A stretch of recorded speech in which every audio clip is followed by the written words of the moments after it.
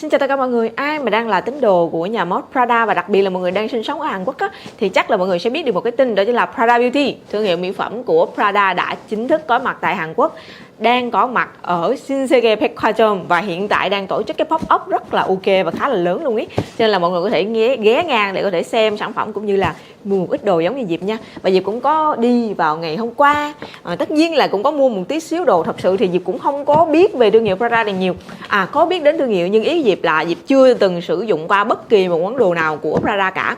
Thậm chí là quần áo, túi xách Diệp cũng chưa từng sử dụng qua, và mỹ phẩm thì Diệp cũng không hề biết tới luôn.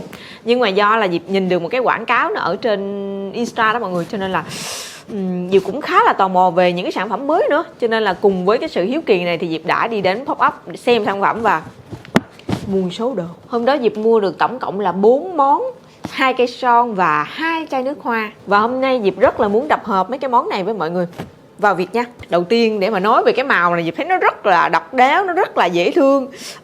Nữ tính thì cũng không nữ tính, nam tính thì cũng không có nam tính, một cái màu khá là trung bình và gọi là phù hợp với mọi lứa tuổi, mọi giới tính. Nó có một cái sự khá là đặc biệt đó mọi người, và là một cái màu mà ít có thương hiệu nào mà đụng tới cái màu này lắm. Ok, bây giờ mình sẽ khui ra nha. Đây là dòng son Prada Monochrome, là dòng son mới nhất của Prada. Nó có tới 2 dòng, Diệp tưởng nó có một thôi, nhưng mà lại đó xem thì Diệp thấy là nó có tới 2 dòng. Một loại là Hypo, tức là cái loại mà nó lên màu rất là đậm, nó rất là mate và nó rất là lì, mà nó lên màu rất là khỏe khoắn, cá tính dữ dội. Và một cái dòng đó là cái dòng shop, là cái dòng dành cho những cái bạn mà thích cái tông tươi sáng, trẻ trung hơn, và gọi là giống Diệp á, là mọi người không phù hợp với những cái tông make up mạnh á, thì mọi người sẽ mua cái dòng shop này nha. Diệp có mua một cây, và cái màu này là một cái màu ngoài dự định của Diệp luôn, màu hồng cánh sen. Một cái màu hơi bị khó đánh luôn á, nhưng mà không biết sao hôm đó Diệp lại lựa chọn cái em này. Nhưng mà thật ra là mấy cái màu như là màu đỏ, màu hồng hay là mấy cái màu nude, nâu rồi các kiểu thì Diệp cũng đã có hết rồi. Chỉ là cái màu này thì Diệp chưa có nhiều, cho nên là Diệp cũng muốn là thử một vài những cái màu mới mẻ xem sao, thế cho nên là Diệp mới lấy cái màu này. Nhưng mà thật sự là hôm đó trong pop up thì Diệp test thử cái màu này, Diệp cũng thấy nó ok á mọi người. Và mọi người để ý là ở trên cái cây son này, ngoài cái logo Prada thì nó còn in một cái monogram rất là dễ thương, rất là xinh đẹp và tiểu xảo luôn nha. Và khi mà nhìn vào cái vỏ son này, mọi người tưởng tượng ra cái gì? Theo như hãng nói thì đây là một cái vỏ của tôi kêu bằng cái gì? Viên đạn, vỏ viên đạn hả ta? Nói chung cái thiết kế rất là đặc biệt, và mọi người có thể in tại chỗ luôn. Diệp in tại chỗ cái tên của mình, khắc tên tại chỗ. Đây, ngay cái khúc này tên của mình thì nó có 4 ký tự, cái nickname của Diệp có 4 ký tự, và Diệp phải mua 2 cây son và mỗi bên Diệp khắc 2 chữ á, chứ còn họ chỉ nhận 2 chứ không có nhận được 4 chữ nữa. Như Dior thì Diệp còn khắc được 4 chữ ha, còn cái này thì không. Và hôm nào đó Diệp sẽ quay một cái clip make up và Diệp test cái em son này cho mọi người nha. Tiếp theo cũng là một cái dòng son rất là hot, đó chính là son dưỡng. Một cái màu son dưỡng mà nó có màu xanh lá cây á mọi người. Diệp nhìn thấy ở trên Insta của hãng, Diệp cũng thấy nó hơi là đặc biệt á, với lại Diệp mê son dưỡng mà, mọi người cũng biết mà. Thế cho nên là làm sao mà Diệp không mua cái em này được. Một cái cây son dưỡng mà có cái màu ánh xanh, rất là dễ thương, và nhìn thôi là Diệp cảm nhận được một cái sự mát mẻ, the mát rồi đó. Không biết là đánh lemon nó sẽ như thế nào đây. Cái màu nó giống cái màu của mint á mọi người, màu của bạc hải. Ok, cái này mình cũng sẽ test sau cho mọi người nha. Rồi, có 2 cây son vậy đó mọi người, và 2 cây son này mỗi cây hình như là 60.000 won. Ok, giá cũng không thấp mà cũng không có cao cho lắm. Bây giờ mình sẽ đến với nước hoa nha. Hôm đó Diệp có mua 2 hộp nước hoa, thì trong đây một trong 2 cái hộp này thì chắc là mọi người cũng đoán được rồi, đó chính là Paradox.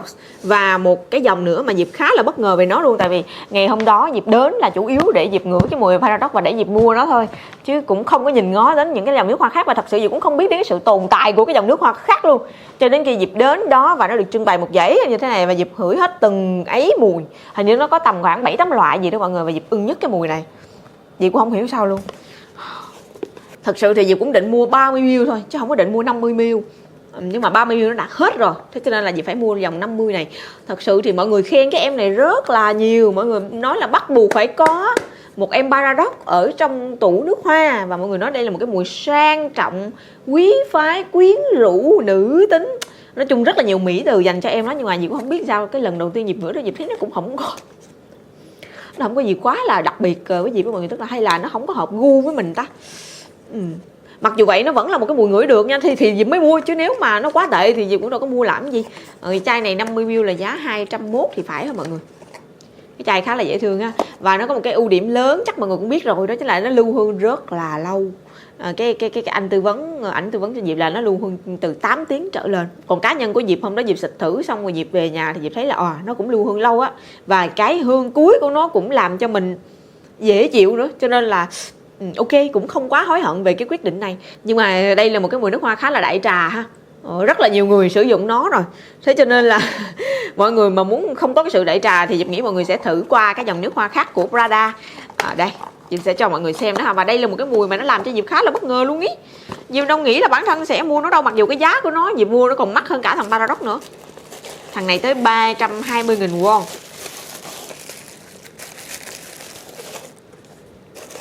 Đây là một em Infusion từ Roche, là một em nước hoa tinh chất hoa hồng.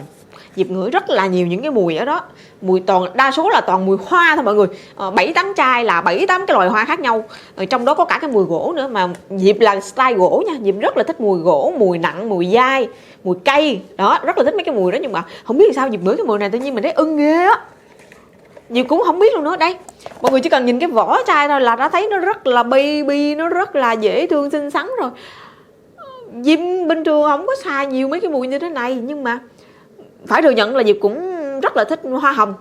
Mà khi mà ngửi cái mùi này xong Diệp thấy mình bị thuyết phục của mọi người. Mình phải dùng cái từ là thanh lịch.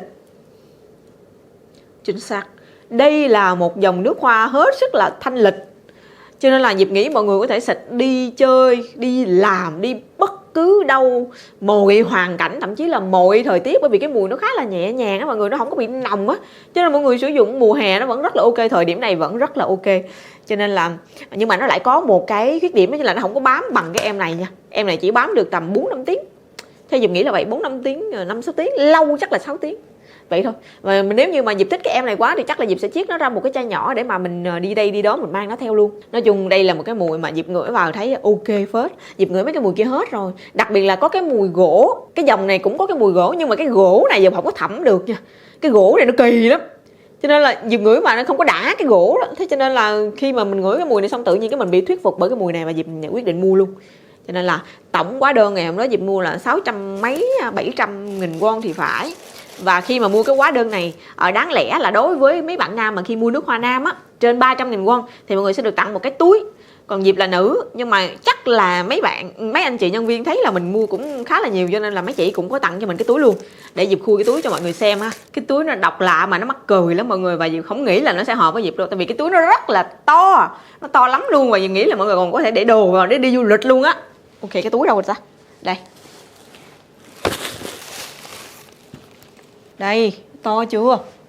Ngoài sau mình có dây như thế này, và mình sẽ có một cái sợi dây rút như thế này để mình rút cái đầu ở trên này. Đây, để Diệp đeo lên cho mọi người xem là nó như thế nào nha. Đó. Ui dồi ôi. Đó mọi người. Trời ơi, không thể nào mà nó xấu xí hơn được nữa. Nó không hề hợp với Diệp luôn đó mọi người. Nó rất là to và thân hình của mình thì lại rất là nhỏ. Đó. Trời ơi, đeo lên coi nè. Đồ một nơi mà cái túi một nơi, nó không có hợp với nhau. Hôm đó Diệp thấy cái anh ở trong đó, anh đẹp. Đây, đúng rồi. Như vậy thì nó sẽ ok hơn nè mọi người. Như vậy thì nhìn nó sẽ cá tính và ok hơn nha. Ok, đó. Mình sẽ mặc một cái t-shirt, tức là mặc một cái áo thun, quần jean, rồi mình phối với cái này. Chắc là cũng sẽ ok ha. Trời ơi, cái này chắc Diệp đưa cho chồng Diệp xài quá, chứ sao Diệp hợp với cái này được, đúng không mọi người? Mặc dù là cái chất liệu vải cũng khá là mềm mại nè, dễ dùng, và cái lồng rất là to, mọi người nhìn như vậy cũng đã thấy rồi. Ở trong này đầy cái đáy của nó nè, rất là to nha, và mình đựng được vô số đồ ở trong này luôn. Và đó là tất cả những gì Diệp đã mua ngày hôm qua. Cảm ơn mọi người rất là nhiều, và hẹn gặp lại mọi người trong video tiếp theo nhé.